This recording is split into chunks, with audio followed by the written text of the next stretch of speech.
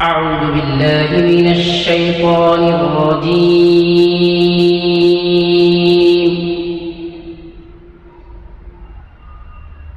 بسم الله الرحمن الرحيم.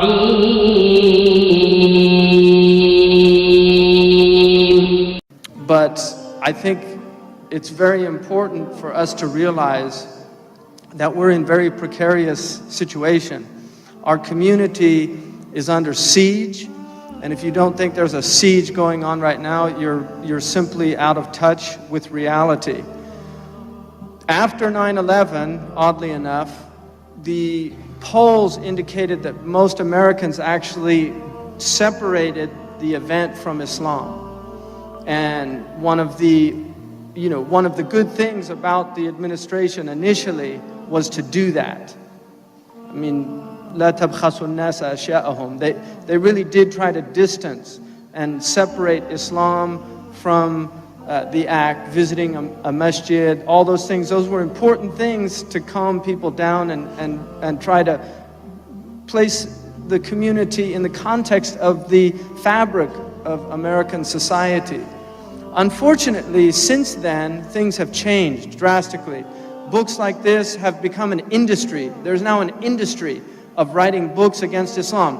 I don't really want to encourage this by even putting the idea out, but one of the quickest ways to become a best-selling author is just to apostate from Islam and write a horrible book about Muslims or Islam. And suddenly you're on all these talk shows and you become an expert on Islam.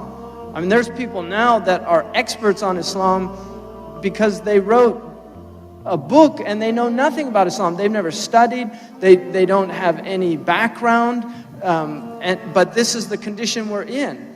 And taking people who have apostated from Islam, who've left Islam, and putting them forward as people to attack Islam is a very clever strategy, because you can just let them do the dirty work. It's like having, the Conservative Party loves nothing better than African American conservatives, right? Because traditionally the African American was a completely democratic caucus. Now you're getting African American conservatives, and the Democratic Party really likes to put them forward. So, and that's because, well, you see, I mean, the party, we're inclusive, we're a party of the people, etc., etc. So it's very good to use people that create this pattern disruption. Oh, well, if these Muslims don't even like their religion, that must be a bad religion. You see, and that's what they do. So the most recent one is this poor Syrian lady who's come out and attacked Islam. Now, one of the results of that is, in a recent Gallup poll, over 50% of Americans polled, when asked, what do you like about Islam? Or what do you admire about Islam? Over 50%, in fact, the majority, almost 40%, said nothing. And the others said, I don't know.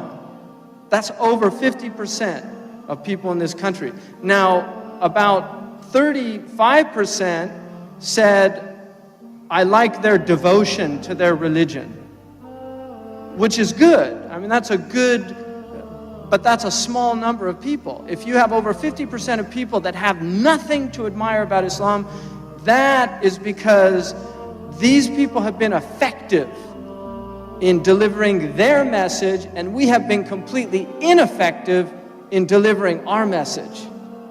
One of the major problems with the Muslim community today is that we're constantly defining ourselves by what we are not. We don't tell people who we are, we tell them who we're not. And Islam, in many ways, becomes a player in identity politics. There are Muslims that define themselves vis-a-vis the kafir. I'm not a kafir. Even though they're not practicing Islam in any serious way, just the mere fact that they're not a kafir puts them in this special category, the chosen people category. You see, so that's a problem. But then we're not constantly telling people we're not terrorists, we're not this, we're not that. Well, when you're under siege, defense is a natural response. So we have a very serious problem in this country, and believe it or not, the problem is worse in Western Europe. So if you think it's bad here, it's worse in Western Europe. It's in France, in Belgium. They're now having tests in Germany where the homophobic tests for Muslims, if you don't pass them, they're not going to give you residency, to see how whether or not how you feel about homosexuality, how you feel about this, that, or the other. I mean, these are realities. So we're moving into this inquisitorial period where people, their basic patriotism is challenged, you see, and there's a big difference between patriotism and nationalism. Patriotism is love of your country for its good, and recognizing also that you have an obligation to change the things that are wrong about your country. Nationalism is just blind belief in your country, where you're not looking at with any balance. That's not patriotism, which is why patriotism is the last refuge of a scoundrel. People will cling to patriotism. One of the things in this country, our community has failed, and I include myself in this, and I'm sure Imam Siraj and others, I don't want to speak for them, but I think I know them well enough to say this, that in previous periods, when I first started speaking in the early 90s, and that our discourse was not balanced. There's people that say, oh, well, you've changed. But if you see a tree when it's young, when it's just sprouting out, and then you come back years later and the tree is full grown, or it looks different. It's not the same. You could say it changed, but that's a natural evolution of a tree. If you're staying the same, something's wrong. You're not alive. You're dead. You should